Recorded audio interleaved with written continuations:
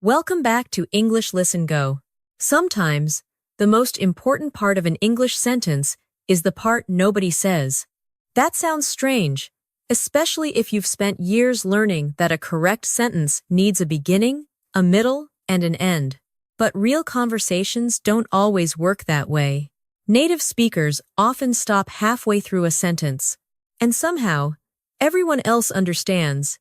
You might hear someone say, "I was going to tell her, but," and then nothing. Or, "If I'd known what was going to happen," and they stop. Or, "I don't want to sound rude, but," again the sentence may never be completed. If you're an advanced English learner, this can be surprisingly confusing. You understand every word. You know the grammar, but you still feel as if something is missing. And technically, something is missing. The question is, why doesn't the listener need it? Today, Emma is going to discover that advanced listening isn't only about understanding the words people say. Sometimes, it's about understanding the words they deliberately leave out. If you enjoy learning natural English through realistic conversations, subscribe to English, Listen, Go, and keep practicing with us. Monday morning began. Normally, Emma arrived at the office, made coffee, and sat down at her desk. Around 11, she walked into the kitchen and found Marcus and Rachel talking quietly. Marcus was telling Rachel about a difficult conversation he'd had with a client. "I almost told him what I really thought, but..." Marcus stopped. Rachel smiled. "Yeah, probably a good decision." Emma waited. Marcus took a sip of coffee. Then Rachel changed the subject. Emma looked from one person to the other. "Wait." They both turned toward her. "What?" Emma frowned. "What happened?" Marcus looked confused. "With what?"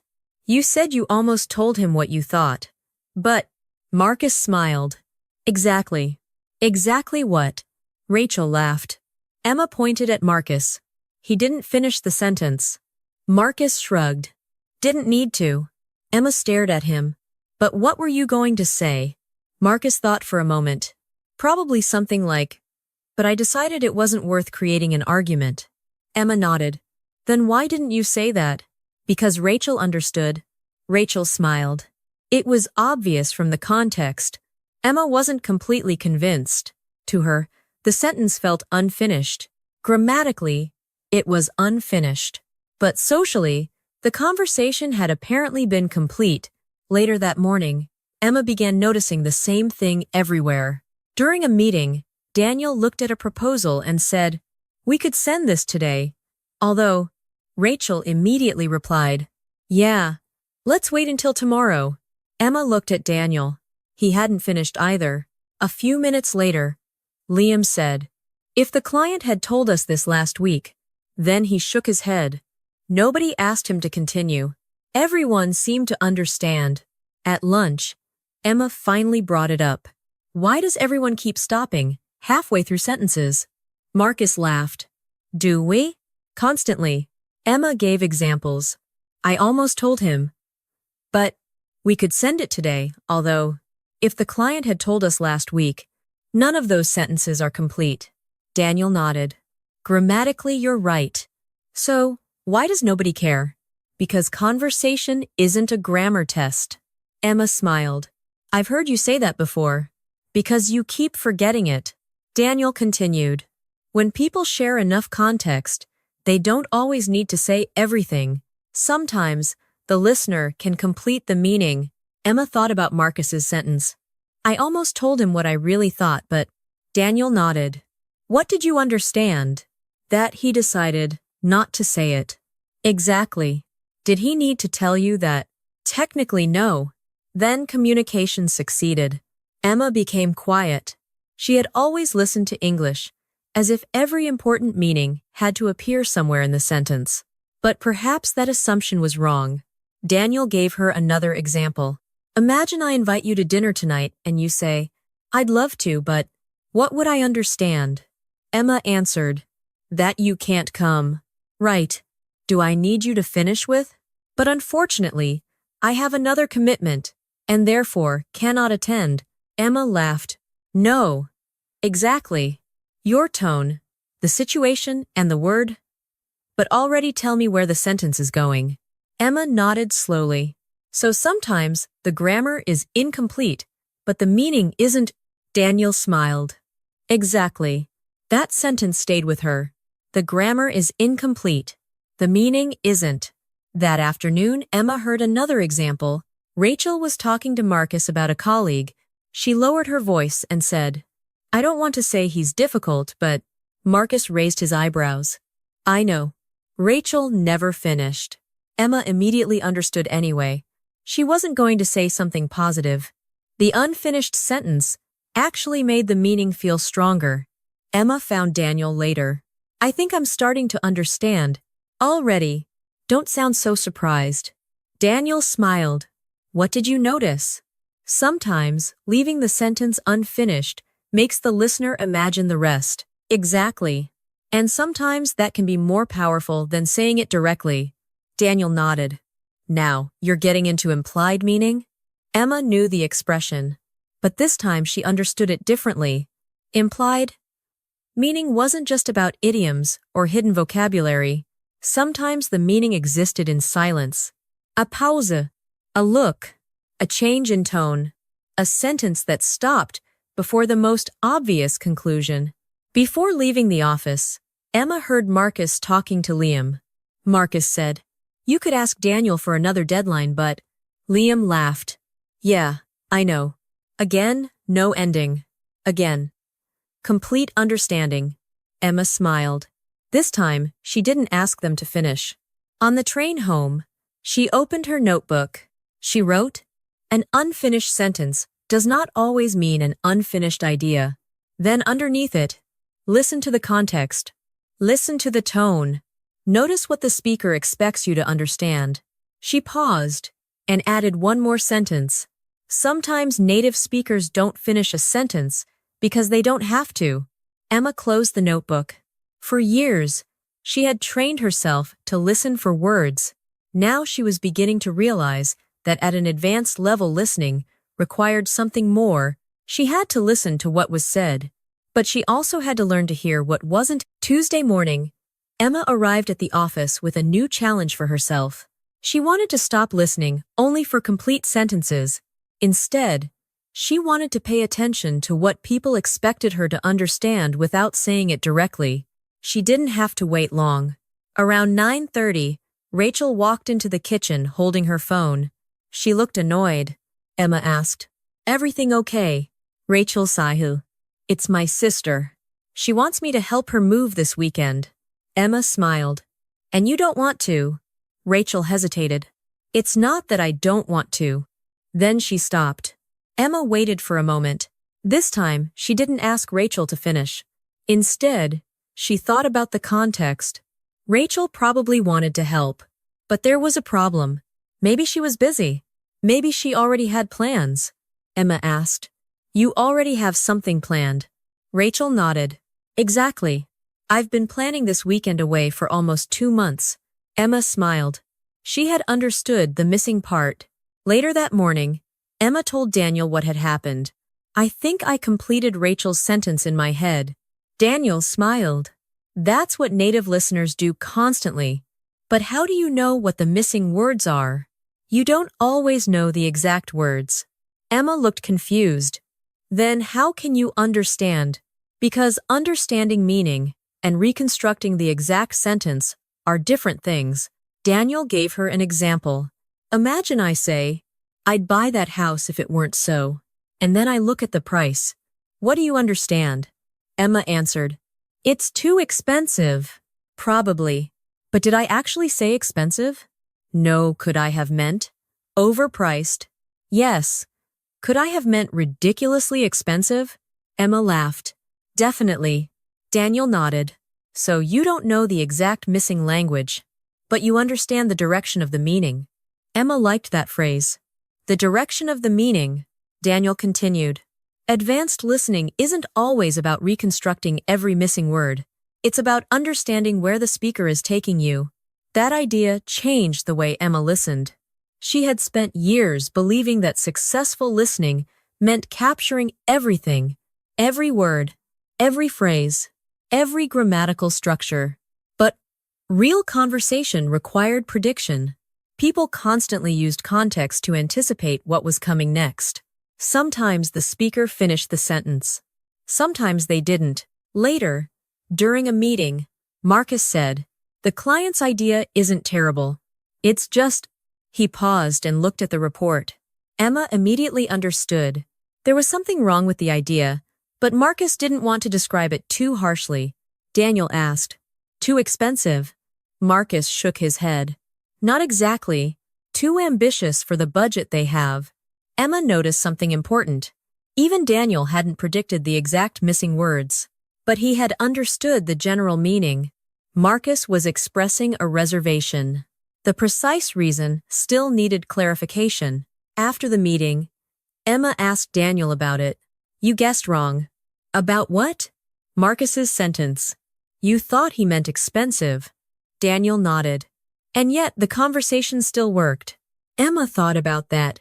Daniel continued. "Context narrows the possibilities.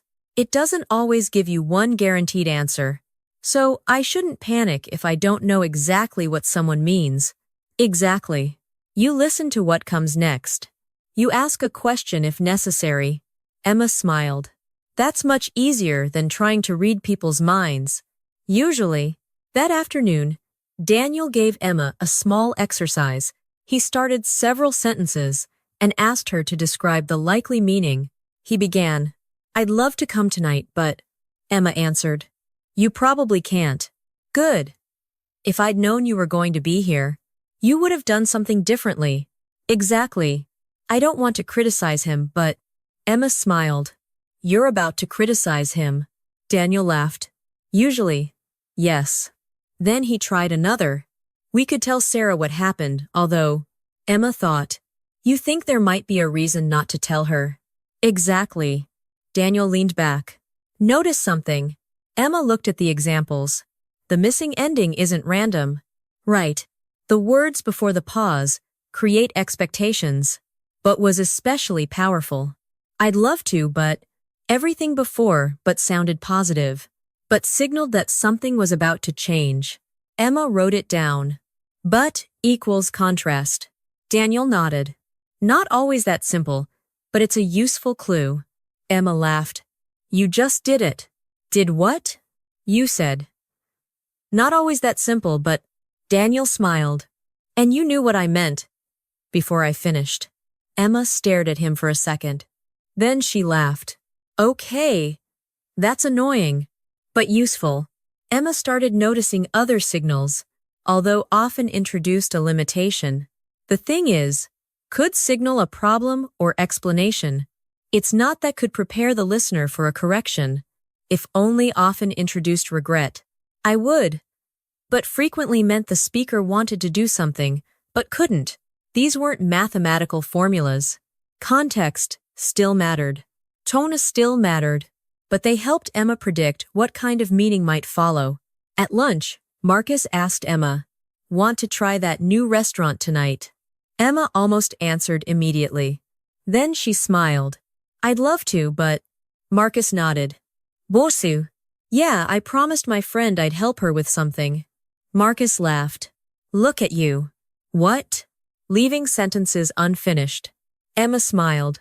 "I was conducting research." "Of course you were." But Emma had noticed something. When she said, "I'd love to, but—" Marcus didn't need the rest of the sentence to understand the important message. She wasn't coming. The explanation was additional information. The basic meaning had already arrived. Later that afternoon, Rachel received an email and quietly said, "Oh, if I'd known this yesterday." Emma looked over.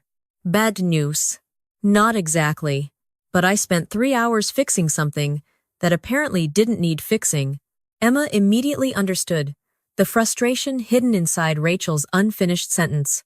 "If I'd known this yesterday, I wouldn't have wasted 3 hours."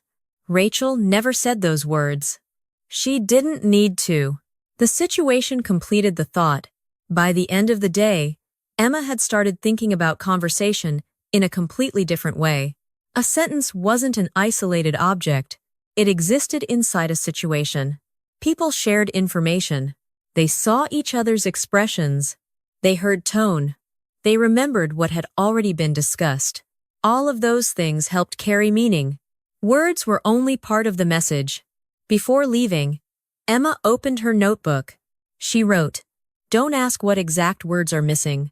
Ask what meaning is the speaker pointing toward." Then she added, "Context gives clues. Grammar gives clues. Tone gives clues. The conversation itself gives clues." And underneath that, she wrote one final sentence. Advanced listeners don't need every sentence to be complete.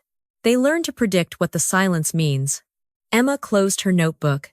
She was beginning to understand unfinished sentences when other people used them. But there was still another challenge. Some unfinished sentences weren't simply shortcuts. Sometimes, people deliberately stopped speaking because finishing the sentence would be uncomfortable, impolite, or even risky, and understanding those moments would require Emma to listen to much more than grammar. Wednesday morning, Emma discovered that unfinished sentences could do more than save time. Sometimes, people stopped because finishing the sentence would make the message too direct. She noticed it during a conversation between Rachel and Liam. Liam had received a proposal from a new supplier. He showed it to Rachel. "What do you think?" Rachel looked through the document. "The price is good." Liam waited. Rachel continued. "But their delivery history." Then she stopped.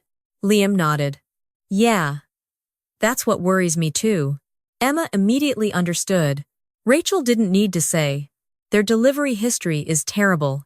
The unfinished sentence allowed Liam to reach the conclusion himself. Later, Emma asked Rachel about it. "Why didn't you finish the sentence?" Rachel smiled. "Which sentence?" "Their delivery history." "Oh," Rachel thought for a moment.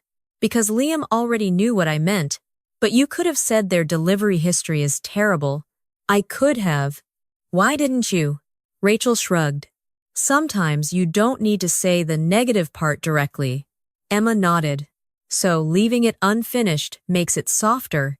"Sometimes," Rachel continued, "it can also make the listener participate in the meaning." Emma looked interested. "How?" "Instead of me saying, 'This supplier is unreliable,' I say, 'Their delivery history.'" Liam already knows the problem, so he completes the thought himself. Emma smiled. "You're making him do the work." Rachel laughed. "In a way." Later that morning, Emma heard an even clearer example. Marcus and Daniel were discussing someone who had recently interviewed for a management position. Marcus asked, "What did you think of him?" Daniel paused. "He's certainly confident." Marcus waited, and Daniel smiled slightly. "His experience, though?" Marcus nodded. "Yeah, I noticed that." Emma almost laughed. Again, the negative judgment had never been spoken directly. But everyone understood. The candidate probably didn't have enough experience. After Marcus left, Emma looked at Daniel. "You didn't finish." "Didn't need to." Emma smiled. "I'm starting to hate that answer." Daniel laughed. Then he explained. "Sometimes completing a sentence would force me to make a stronger judgment than I want to make." Emma nodded. "So instead of saying, 'He doesn't have enough experience,' you leave it open." Exactly. The listener understands the concern. Without me turning it into a harsh statement, Emma thought about how useful that could be in sensitive conversations. That afternoon she heard Rachel say, "I like Sarah, but working with her can be—" Rachel paused. Marcus smiled. "Intense. That's one word for it." Everyone laughed. Emma noticed something else. The pause itself had communicated meaning. Rachel's hesitation suggested that she was searching for a polite word. Marcus understood and offered one. The unfinished sentence had become collaborative. One person began the thought. Another person completed it. Later, Daniel explained that this happened constantly in natural conversation. People finish each other's sentences. They suggest words. They react before the speaker reaches the end. Conversation isn't always one person producing a perfect sentence while everyone else waits. It's interactive. Emma nodded. That's very different from classroom English. Exactly. In a classroom, you're often evaluated on complete answers. In real life, people build meaning together. That afternoon, Emma experienced it herself. She and Liam were discussing a difficult client. Liam asked, "Do you think he's angry with us?" Emma thought, "I wouldn't say angry. He's more." She couldn't find the exact word. Liam said, "Frustrated." Exactly. Emma smiled. They had completed the sentence together. Nobody considered her English weak because she hadn't finished it herself. The conversation simply continued. Later, Emma noticed another kind of unfinished sentence. Marcus received a message from a client and sighed. "What happened?" Emma asked. Marcus showed her the message. The client wanted another major revision, even though they had already approved the final version. Emma said, "But they approved it yesterday." Marcus nodded. "I know. If I told you what I'm thinking right now." Then he stopped. Emma laughed. "Probably better that you don't." Exactly. This time, Marcus had deliberately left the sentence unfinished because saying the rest might have been inappropriate. Emma didn't know the exact words in his mind. She didn't need to. The meaning was obvious. He was frustrated. Very frustrated. And whatever he wanted to say about the client was probably not polite. Emma began to see a pattern. Sometimes, speakers left sentences unfinished because the missing information was obvious. Sometimes because saying it directly would sound too harsh. Sometimes because the listener already shared the same opinion. And sometimes because the speaker preferred not to say something inappropriate out loud. The silence itself became part of the communication. Near the end of the day, Daniel gave Emma one final example. Imagine your friend cooks dinner for you. Okay. You taste it. Emma waited. Daniel continued. Your friend asks, "Do you like it?" Emma laughed. Dangerous question. Exactly. And you answer, "Well, it's definitely." Daniel stopped. Emma smiled. That doesn't sound promising. Why? Because if you liked it, you'd probably just say it's delicious. Daniel nodded. The hesitation tells you something before the sentence is even finished. Emma understood. Sometimes, what speakers couldn't bring themselves to say directly was more revealing than the words they actually used. Tone mattered. Timing mattered. Hesitation mattered. Silence mattered. Before leaving the office, Emma opened her notebook. She wrote, "Unfinished sentences can protect relationships." Then underneath, "People may stop because the rest is obvious, because the rest is too direct, because the listener already understands, or because saying the rest out loud would be uncomfortable." She looked at the page. For years, Emma had believed good listening meant hearing every word accurately. Now she understood why that wasn't enough. Real listeners constantly interpreted absence. They noticed what speakers avoided. They noticed where sentences stopped. They noticed what another person was expected to infer. Emma added one final sentence. Sometimes silence is not missing information. Sometimes silence is the message. She closed the notebook. And tomorrow, she would discover something even more surprising. Once she became comfortable hearing unfinished sentences, she would begin using them herself without even realizing it. Thursday morning, Emma realized something had changed. She was no longer uncomfortable when people left sentences unfinished. In fact, she was beginning to do the same thing. During a meeting, Daniel showed the team a new proposal. Emma read it carefully. Daniel asked, "What do you think?" Emma replied, "The idea is good, but the budget." Daniel nodded. "Too small." Exactly. Emma stopped. She hadn't planned to leave the sentence unfinished. It had simply happened naturally, and Daniel had understood immediately. Later, Rachel asked Emma if she wanted to attend a networking event that evening. Emma smiled. "I'd love to, but..." Rachel nodded. "Already have plans." "Yeah." Again? Emma hadn't needed to finish the sentence before Rachel understood. At lunch, she told Daniel about it. "I think I'm starting to use unfinished sentences without thinking." Daniel smiled. That's because you're starting to trust context. Emma nodded. Before I thought I had to say everything. You don't. Daniel continued. Good communication isn't about giving the listener every possible word. It's about giving them enough information to understand you. That afternoon, Emma heard Marcus talking about a difficult client. Marcus said, "He's a nice guy." But sometimes, Emma smiled. She already knew where the sentence was going. Daniel noticed her expression. You understood that. Completely. What did he mean? Emma laughed. Something negative that he's too polite to say directly. Marcus pointed at her. Exactly. Near the end of the day, Emma received a message from Liam. He wanted her opinion about a presentation. Emma looked through it and said, "The first half is great. The ending, though."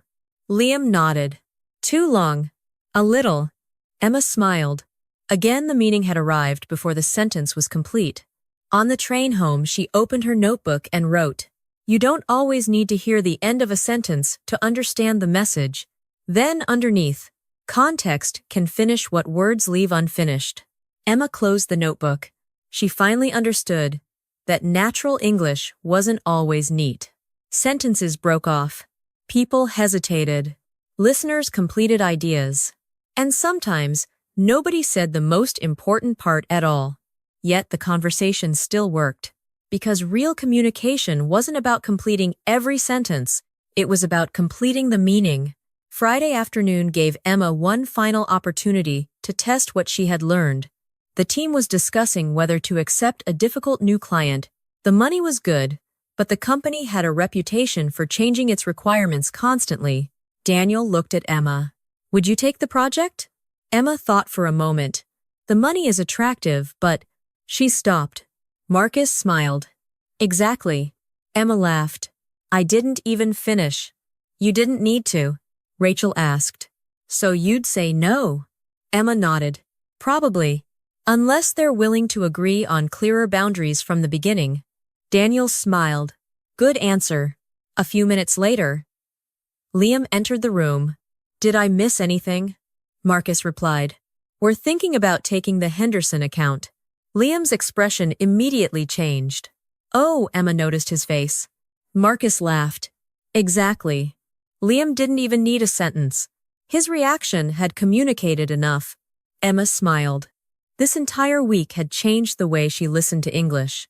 She used to believe communication lived inside words. Now she understood that words were only one part of it.